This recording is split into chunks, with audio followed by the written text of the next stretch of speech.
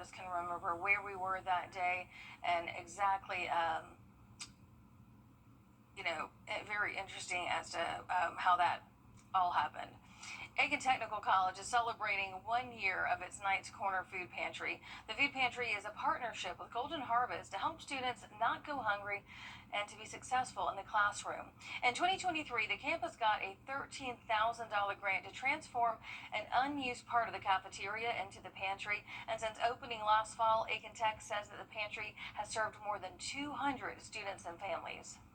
Well, our mission is to make sure that we're addressing food insecurity in all 24 of our counties. So anytime we have something like this open up and offer new opportunities, it just means that more of our neighbors are getting served that need it. Golden Harvest says that it hopes this is the first of many more college food pantries that it helps bring to life. Riley? Well, we got a steady breeze up at the lake this morning that will continue to pick up throughout the day. We'll have a look at that lake forecast for you next.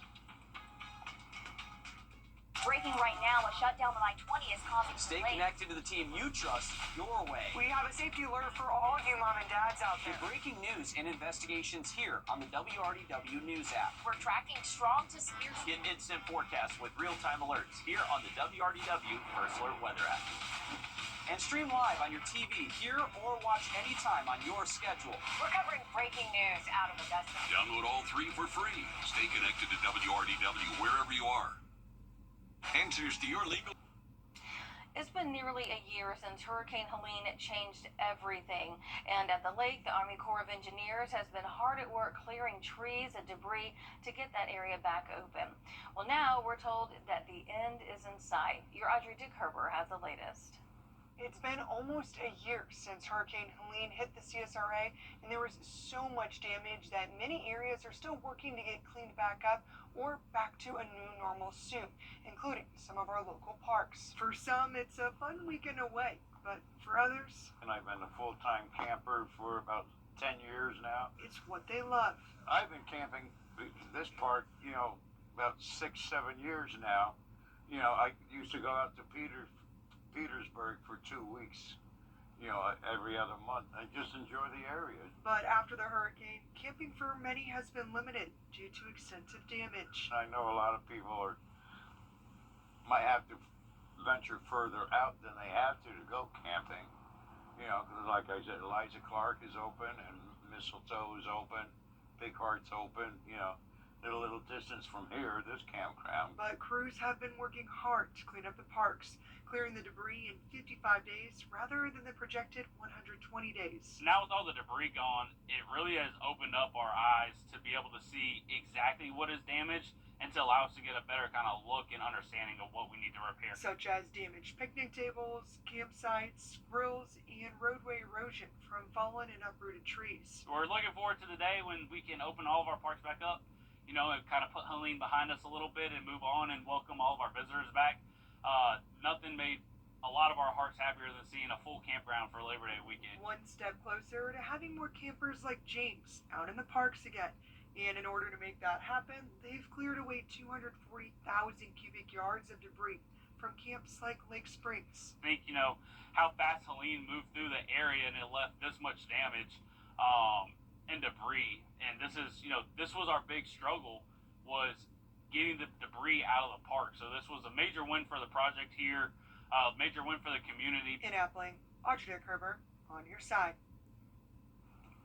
Depending on where you go, many South Carolinians now need a prescription to receive a COVID vaccine in the state.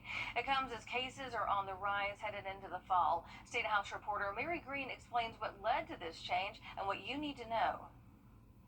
This stems from a change at the federal level, cutting COVID vaccine eligibility to only include people who are 65 and older or who have an underlying health condition. In previous years, adults, in general did not have to have at least proof for certain, and did not usually even have to have a pre-existing condition or underlying condition. Each vaccine provider is going to set their own guidelines, really. The South Carolina Department of Public Health says it hasn't put out any new guidance on this matter or set its own guidelines for public health clinics because it hasn't yet received updated COVID vaccine doses. But the new federal guidelines mean healthy adults and kids might now need a prescription to receive the shot, depending on individual clinic or pharmacy policies, though there isn't a state-level prescription requirement. Both Walgreens and CVS show COVID vaccines are available right now in South Carolina, but Walgreens says people younger than 65 without an underlying health condition need a prescription. CVS won't allow people to book an appointment online if they don't confirm they meet the new age and health requirements. A Midlands pediatrician describes the situation as mass confusion, saying while they could administer the shots to many children if they had doses, providers don't know whether private insurance will cover the vaccines, and new federal policy contradicts recommendations from national medical groups. We're caught. The guidance is conflicting, confusing, and does a great disservice to families in South Carolina. A federal advisory group is meeting later this month. Dr. Brandon Traxler with DPH is hopeful it'll provide some guidance that'll clear up a lot of this confusion. Reporting in Columbia, I'm Mary Green. Some Democratic governors have issued orders to ensure COVID vaccines are available to adults and children in their states without a prescription. A spokesman for Governor Henry McMaster says he will not issue any executive orders related to vaccines, but he does encourage you to talk with your doctor about that shot. Georgia's agriculture leaders are acting quickly. There has been a case of bird flu in Henry County. The department says that 45 mixed breed birds tested positive. So within 24 hours, the team tested, contained, and removed affected birds from the premises. Neighboring flock owners got some guidance as well. And while this didn't reach the river region, it does show the state is not taking any chances. The virus, also called HPAI, is deadly and capable of wiping out entire flocks within days. Ever since the nationwide outbreak in 2022, more than 174 million birds have been lost across the U.S. Iowa and Minnesota were hit the hardest. For Georgia, we had more than 200,000 birds affected. And on top of that, our poultry industry is worth more than $28 billion a year, with 88 Georgians in the field. The Agriculture Commissioner says that we're fortunate that there are protocols in place to stop that virus from spreading. One of the major ways HPAI spreads is through wildlife, and that is definitely a concern, especially as we get into the fall season and enter into the winter season, as a lot of those migratory patterns. Commissioner Harper says that there's a personal command center that they use full of computers and resources to track possible outbreaks if they happen. One person is hurt and multiple trailers were destroyed from an explosion and fire at a Lake Murray campground.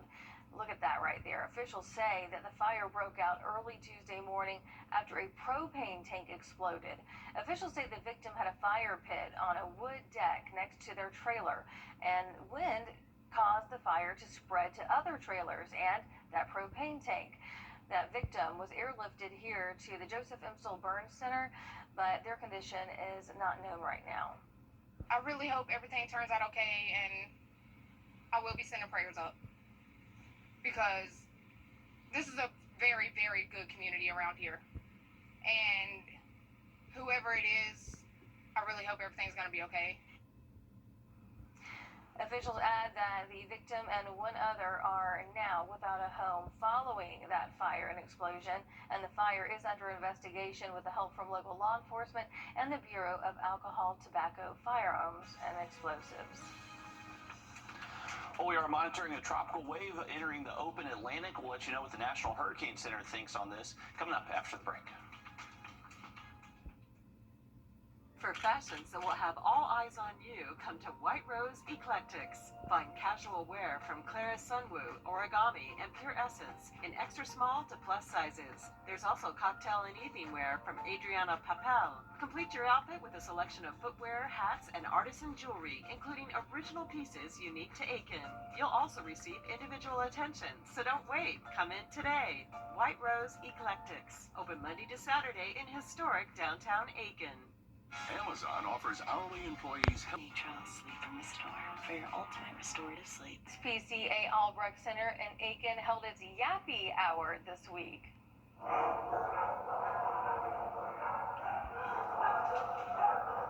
You hear them there, yapping away. Yappy Hour gave people a chance to give animals a forever home. There was live music, a raffle, and most importantly, free adoptions. We heard from the fundraising manager about getting those animals adopted. We are a limited admission shelter, so that means once we're out of space, we can't continue to help any other animals that come through our door, and we have to start turning people away when they find stray animals. And we do have a link to the SPCA Albrecht Center on our website, wrdw.com. There are a lot of animals up for adoption on its website. Take a look at those wagging tails. So cute. You can donate or sponsor a pet and find out more information on our website and our News 12 app. And definitely try to help out if you can. Definitely some good pups there at the Albright Center. Hey, quick update on the tropics. And the Bulldogs took on the Tennessee Volunteers in Knoxville this afternoon. The Dogs were behind most of the game, but came back at the end to tie it up and send it to overtime. The Dogs scored a touchdown in OT and ended with a matchup with the final scores of 44-41 Dogs. Oh, don't you worry, South Carolina faced off against Vanderbilt and Columbia this evening. But unfortunately, quarterback Lenore Sellers left the game with a concussion, and the Gamecocks ended the game with 4 turnovers. The Hawks faced their first loss of the season, 31-7. Too many South Carolinians have to wait months or longer for doctor's appointments and then need to make a long drive to get there because there's no provider in their area. It's one of the reasons South Carolina ranks among the worst states in the nation when it comes to getting health care. Your South Carolina State House reporter Mary Green explains the new options that lawmakers are weighing to turn that around. Senators are holding a multi-day hearing on nearly a dozen bills aimed at expanding healthcare access across South Carolina. Among them are 2 that would give healthcare professionals who aren't doctors more independence to provide care. It's always a balance between increasing the access and providing for patient safety. Senator Tom Davis has filed both bills which deal with physician assistants and advanced practice registered nurses. Both groups are currently required under South Carolina law to work in collaboration with or supervised by a physician. But Davis's bills would allow experienced PAs and nurses to provide care to patients independently without being associated with a physician. This bill aims to ensure patients across our state can see a healthcare provider when they need to. Both physician assistants and nurse practitioners are on board with the change, saying many other states allow them some type of autonomy to provide the care they're trained, licensed, and qualified to provide. Let's loosen the restrictions on these very highly trained professionals, and let's let them go to work for our citizens. Under the bills, people in both jobs would need about a year's worth of full-time experience working with a supervising physician before they would be able to work independently. I think it could be risky. Some doctors say that's not enough compared to the training and supervision that physicians themselves receive, so they shouldn't have that same level of autonomy. There is no shortcut to medical education. There's no shortcut to superior. Senate Democratic leader Brad Hutto says their focus needs to be on what ensures every South Carolinian has access to good health care, regardless of where they live. What my concern is and what I hope I'm not going to hear, is everybody trying to protect my turf and don't let. It's about the public. It's about access to health care. Senators will take more testimony on these health care bills Thursday. They won't be able to take any action to pass them until at least January when they begin a new legislative session. Reporting from the State House, I'm Mary Green. Other bill senators are considering deal with pharmacists, dietitians, dentists, and veterinarians. It's going to be a beautiful Sunday across the region. A live look from our Thurman Dam Cam shows a little bit of a breeze up there at the lake. If you are heading up to the lake, we'll have a look at that forecast for you next. Join us right here